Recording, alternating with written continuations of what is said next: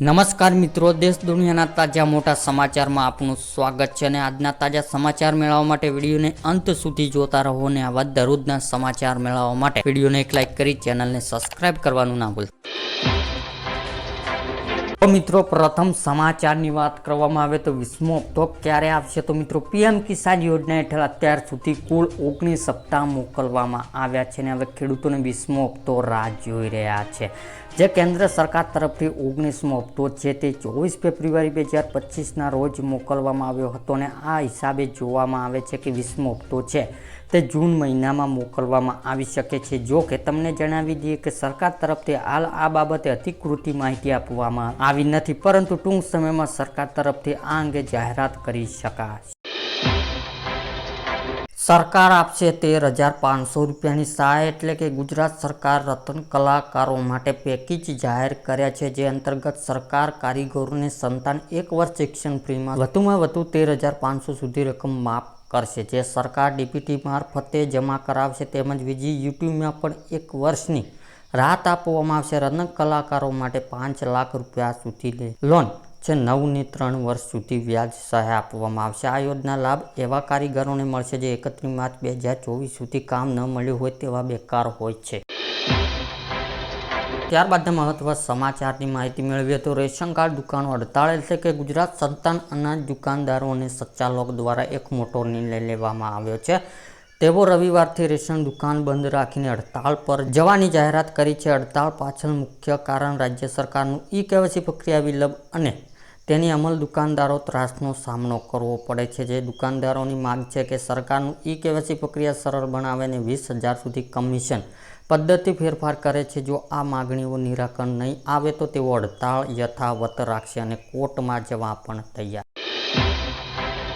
ત્યારબાદના મહત્વના સમાચારની માહિતી મેળવીએ તો મિત્રો, 2026 સુધી 500 રૂપિયાની નોટ બંધ થશે. એટલે કે બેંકિંગ નિષેધ અંચની નાણામંત્રી આરબીઆઈ માર્ચ 2026 સુધી 500 રૂપિયાની નોટ છે તે બંધ કરી શકે છે. જે આરબીઆઈ 500ની, 1000ની અને 2000ની જૂની નોટો બંધ કરી દીધી છે અને હવે આરબીઆઈ 100 અને 200ની નોટો ચલણ વધારીને 500 રૂપિયાની નોટ છે તે બંધ કરી શકે છે અને તેનો ઉદ્દેશ કાળા નાણાં રોકવાનો રહેશે. અને ઉપરાંત સરકાર વિકસિત ભારત 2000 ધ્યાનમાં રાખીને ડિજિટલ પેમેન્ટ પ્રોત્સાહન આપવા માટેનું 2026 સુધી આ નિર્ણય લઈ શકશે.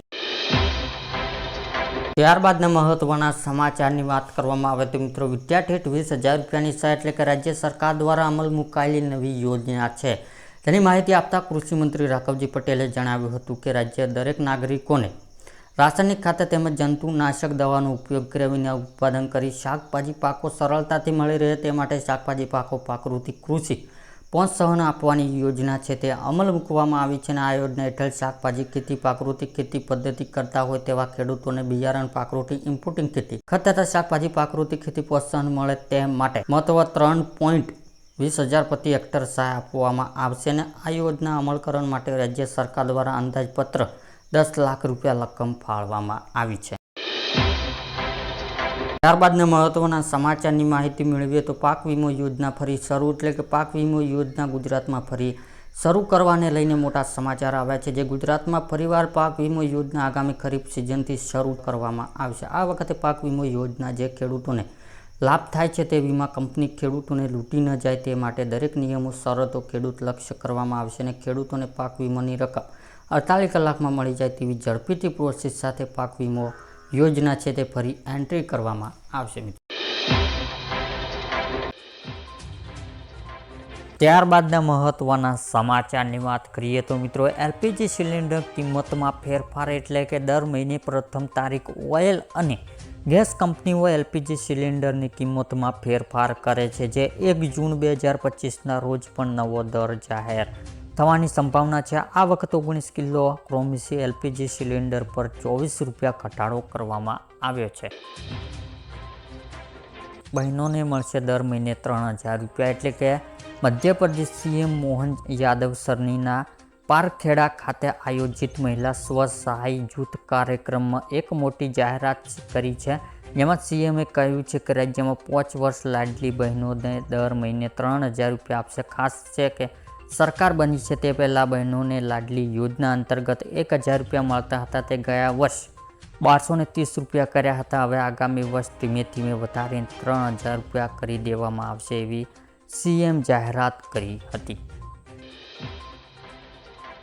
ત્યારબાદના મહત્વના સમાચારની માહિતી મેળવીએ તો મિત્રો વીજળીના નિયમોમાં ફેરફાર એટલે કે મિત્રો નવું પાવર કનેક્શન. હવે તમારે દેશના નવા વીજળી કનેક્શન માટે વધુ રાહ જોવી પડશે નહીં. મોટા શહેરોમાં 7 દિવસ બદલે 3 દિવસમાં વીજળી કનેક્શન મળી જશે અને હવે ગામડાઓમાં નવી વીજળી મીટર માટે 30 દિવસની લાંબી રાહ જોવી નહીં પડે. તે 15 દિવસમાં ગામડાઓને વીજળી જોડાણ મળી જશે અને વીજળી બિલમાં સુધારો કરી ઉર્જા મંત્રી જાણકારી આપી છે કે તે વીજળીનો સોલરના નિયમો હળવા કર્યા.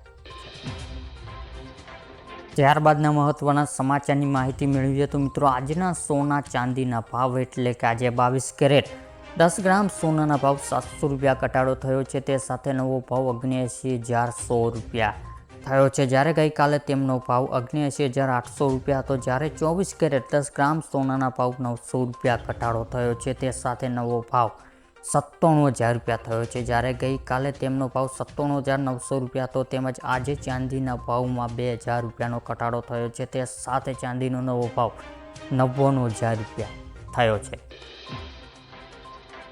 ત્યારબાદના મહત્વના સમાચારની માહિતી મેળવીએ તો મિત્રો લોન માફી મંડળી લઈને મોટા સમાચાર એટલે કે ગુજરાતના ખેડૂતો ઉપર સરકારી ક્ષેત્રો, ગ્રામ બેંકો અને કોમર્શિયલ બેંક સહિતનું કુલ 1.44 લાખ કરોડ રૂપિયા જેટલું દેવું છે અને 3 પ્રકારનું બેંકો કુલ 55.77 લાખ જેટલા ખાતાઓ ખેડૂતોના આ ધિરાણ આવેલું. અનેક રાજ્યોમાં ખેડૂત ઉપર ગુજરાત કરતા દેવો પારમાં ઓછો હોવાનો આંકડો દર્શાવી રહ્યો છે. લોકસભામાં નાણામંત્રી દ્વારા એક સવાલનો જવાબ ગુજરાત સહિતના વિવિધ રાજ્યોમાં ખેડૂત પરનો દેવો માહિતી આપવામાં આવી હતી. ત્યારે હાલમાં માર્ચ મહિનો ચાલી રહ્યો છે અને આ મહિને 9 જૂન મંડળી પ્રક્રિયા ચાલુ હોય ત્યારે ખેડૂતોને 0 વ્યાજે મંડળી આપવામાં આવે છે, એટલે કે વ્યાજ સરકાર ભરે છે. તો શું આવી સ્થિતિમાં દરમિયાન ગુજરાત અમુક ખેડૂતોનો દેવો સરકારને માફ કરવો જોઈએ કે નહીં તે નીચે કોમેન્ટ કરીને જરૂર બતાવી આપજો.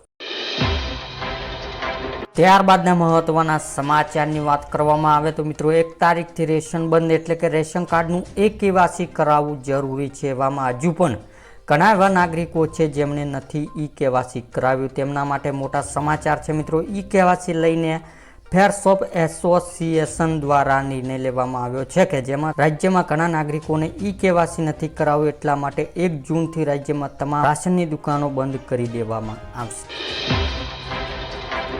ત્યારબાદના મહત્વના સમાચારની વાત કરવામાં આવે તો મિત્રો પાન કાર્ડ બંધ મોટો નિર્ણય એટલે કે કેન્દ્ર સરકાર પાન કાર્ડ વપરાશકર્તાઓ માટે નવી ચેતવણી જારી કરી છે. જે સરકારનું માનવું છે કે જો તમે આધાર કાર્ડ નોંધણી આઈડીની મદદથી પાન કાર્ડ મેળવ્યું હોય તો તમારે મૂળ આધાર કાર્ડ નંબર બદલવું જોઈએ, નહીંતર તમારું પાન કાર્ડ છે તે 31 ડિસેમ્બર 2025થી કામ કરવાનું બંધ કરી શકે છે. જો કે આ બધા આધાર કાર્ડ વપરાશકર્તાઓ માટે નથી. ત્યારબાદના મહત્વના સમાચારની વાત કરવામાં આવે તો મિત્રો ખાદ્ય તેલ સસ્તું મોટો નિર્ણય એટલે કે કેન્દ્ર સરકાર આમ જનતાને મોટી ખુશ ખબર આપી છે. જે સરકાર ખાદ્ય તેલની કિંમત કાબૂમાં લેવા માટે મોટું પગલું ઉઠાવ્યું છે. જે કેન્દ્ર ગઈકાલે જારી કરેલા નોટિફિકેશન મારફતે ખાદ્ય તેલ પર બેઝિક આયાત જકાતમાં 10% ઘટાડો કર્યો છે. આ ફેરફાર આજથી જ એટલે કે 31 મેથી લાગુ પડશે. આયાત જકાતમાં ઘટાડા વિદેશ બજારોમાંથી આવતા તેલ સસ્તા થશે, જેના કારણે ઘરેલું બજાર પણ તેલની કિંમત કાબૂમાં આવશે.